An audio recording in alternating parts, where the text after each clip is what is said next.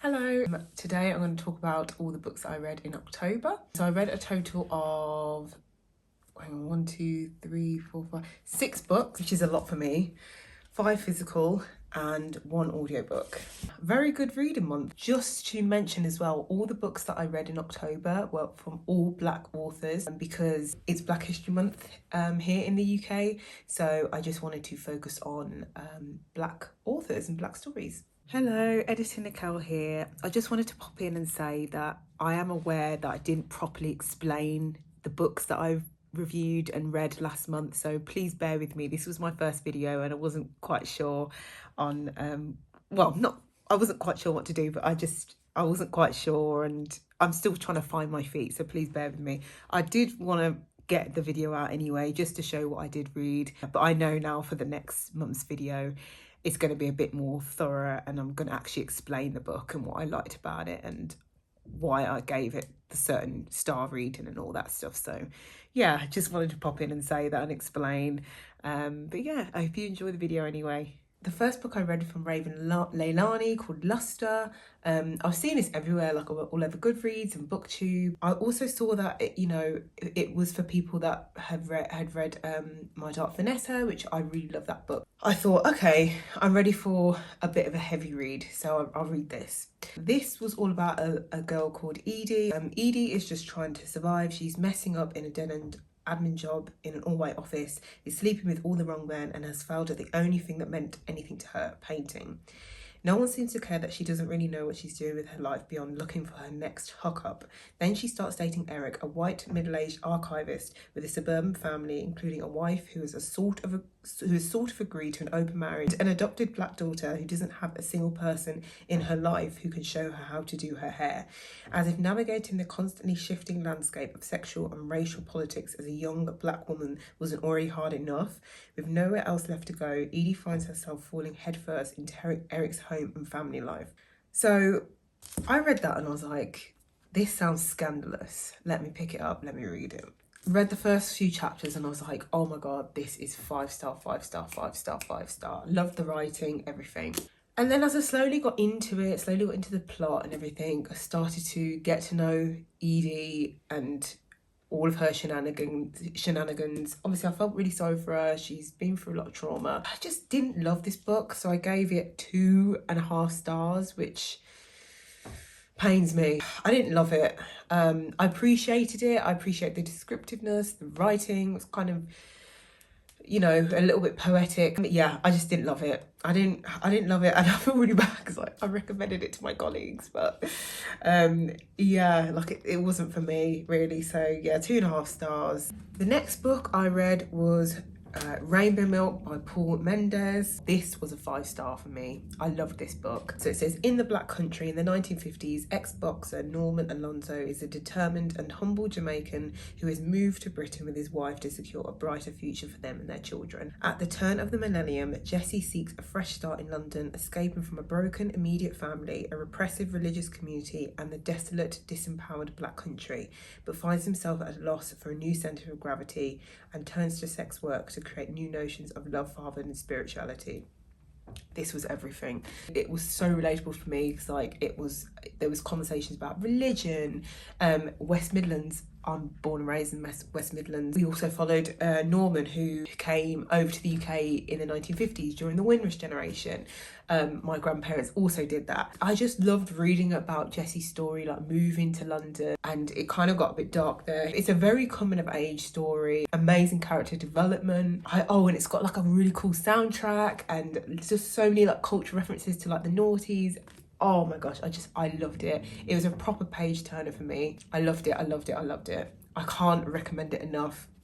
I said it was phenomenal, incredible and really raw. From the first chapter, I knew it was going to be a 5 star read. I thoroughly enjoyed everything about this book, from the song references, the nostalgia, from the noughties, the Windrush generation, religion, childhood trauma, race, mental health, growing up in the Midlands, sexuality, broken families and friendships.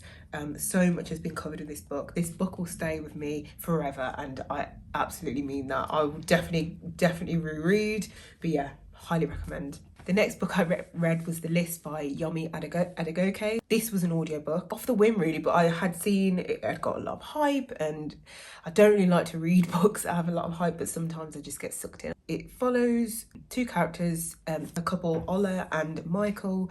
They are like a sort of Instagram sort of couple. Ola, a celebrated journalist at Women's magazine, is set to marry the love of her life in 1 month's time. Young, beautiful and successful, she and her fiance Michael are considered the couple goals of their social network and seem to have it all.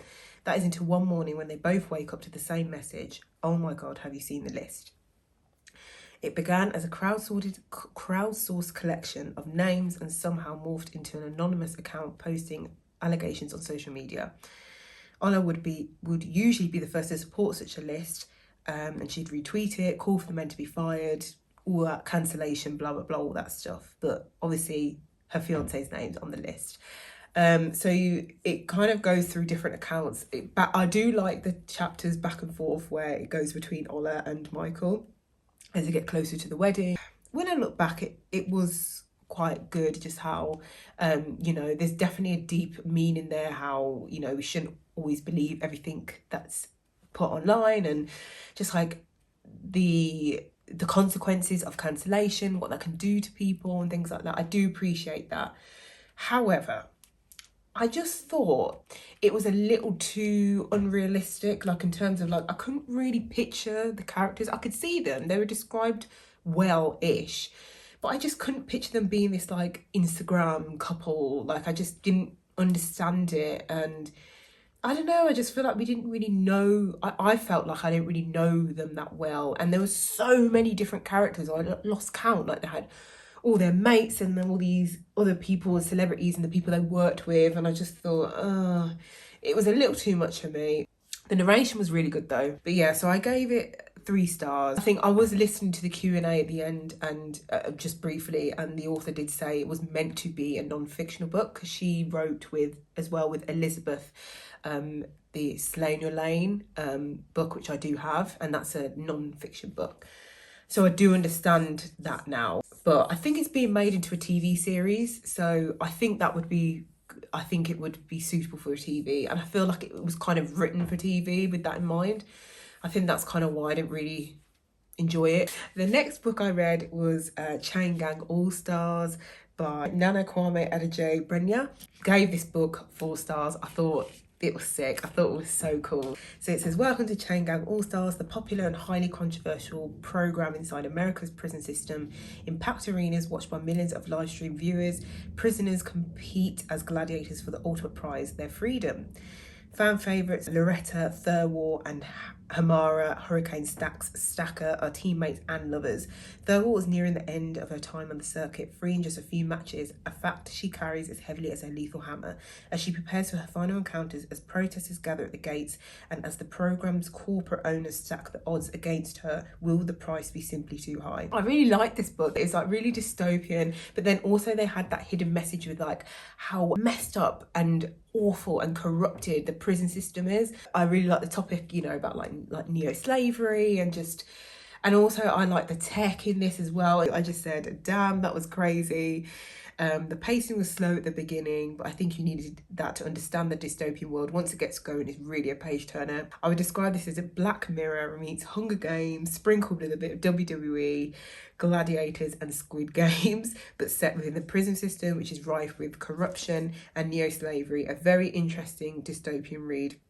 I also said I think it would make an awesome film or a video game, 1000%. I'd love to play this as a game. I think it'd be so cool. Like I said, it was very slow at the beginning, but then I also liked the author. He put like loads of, I think they are real, yeah, like facts about obviously in the American prison system, well, probably worldwide, but in the American prison system, it's disproportionately, like, it's mainly more Black people in the prison system, and it's corrupt, and just like about the death penalty and things like that, just horrible things. And just in this book, it's just horrible seeing like people are paying and watching these prisoners kill each other, and it's crazy. But I really liked it. The ending, I was kind of like, what? Yeah, I really enjoyed it. I thought it was good, and I recommend it. The next book I read was People Person by Candice Carty-Williams. I gave this a 3-star. I was disappointed in this because I loved Queenie. So Dimple Pennington knew of her half-siblings, but she didn't really know them. Five people who don't have anything in common except for faint memories of being driven through Brixton in their dad's gold Jeep and some pretty complex abandonment issues. Dimple has bigger things to think about. She's 30 and her life isn't really going anywhere. An aspiring lifestyle influencer with a terrible and wayward boyfriend, Dimple's life has shrunk to the size of a phone screen. And despite a small but loyal following, she's never felt more alone. That is until a catastrophic event brings her half-siblings Nikisha, Danny, Lizzie and Prince crashing back into her life, and when they're all forced to reconnect with Cyril Pennington, the absent father they never really knew, things get even more complicated. There's like the main plot in this, I'm not going to spoil it, but I was just like, really? Good things I can say about this book is that I really liked the sibling dynamic. I loved their relationship and the development with that. I think my favourite sibling was Danny. I just loved his personality. He's very like happy-go-lucky, but then he also had a lot of issues with himself as well, which you'll get to know if you read this book. But yeah, I didn't love it really. Oh, the main character, Dimple, she's 30. And I thought she was so immature. She was so naive and so immature. And I was just like, what? What 30-year-old thinks like this? It felt like she was like 19 or 20 or 21. And I thought, God, even I was more mature than that age. But I didn't love it really. It was okay. It was quite slow in some places, quite unrealistic. You know what? It was a good fluffy read to finish after this, because this was very intense. I wasn't keen on this. I probably wouldn't read it again, to be honest. If I do an unhauling, I probably would get rid of this book, which is sad because I really like Candice Carty-Williams. I think she's a really good author, but I think this is a really good read if you just want something light and fluffy. And then the last book I read was Nightcrawling by Leila Mottley. I literally just finished it. I gave this a 3-star as well. So it's Kira Johnson. I think it's Kira or Kiara. No, I think it's Kiara, because it's American, yeah. Kiara or Kira Johnson doesn't know what it is to live as a normal 70-year-old. With her mother in a halfway house and an older brother who devotes his time and money to a recording studio, she fends for herself and for 9-year-old Trevor, whose own mother is prone to disappearing for days at a time. As the landlord of their apartment block threatens to raise their rent, Kiara finds herself walking the streets after dark, determined to survive in a world that refuses to protect her. Then one night, Kiara is picked up by 2 police officers, and the gruesome deal she's offered in exchange for her freedom lands her at the centre of a media storm. If she agrees to testify in a grand jury trial, she could help expose the sickening corruption of a police department. But honesty comes at a price, one that could leave her family vulnerable to the retaliation and endanger everyone she loves. This is actually based on true events. This is set in Oakland, and you could tell it was like, it did set the scene. I know Insecure is not set in Oakland, but is it? I can't remember, but it very much gave those vibes. I thought this was very heavy, first of all. This is very heavy, very deep. There were some scenes which were very disturbing, very graphic. Yeah, just be warned reading this. It's very, very, very descriptive, sometimes at its own detriment. I guess it's a book and it needs to be raw. I thought it was interesting reading this actually. However, I did get a little bit bored.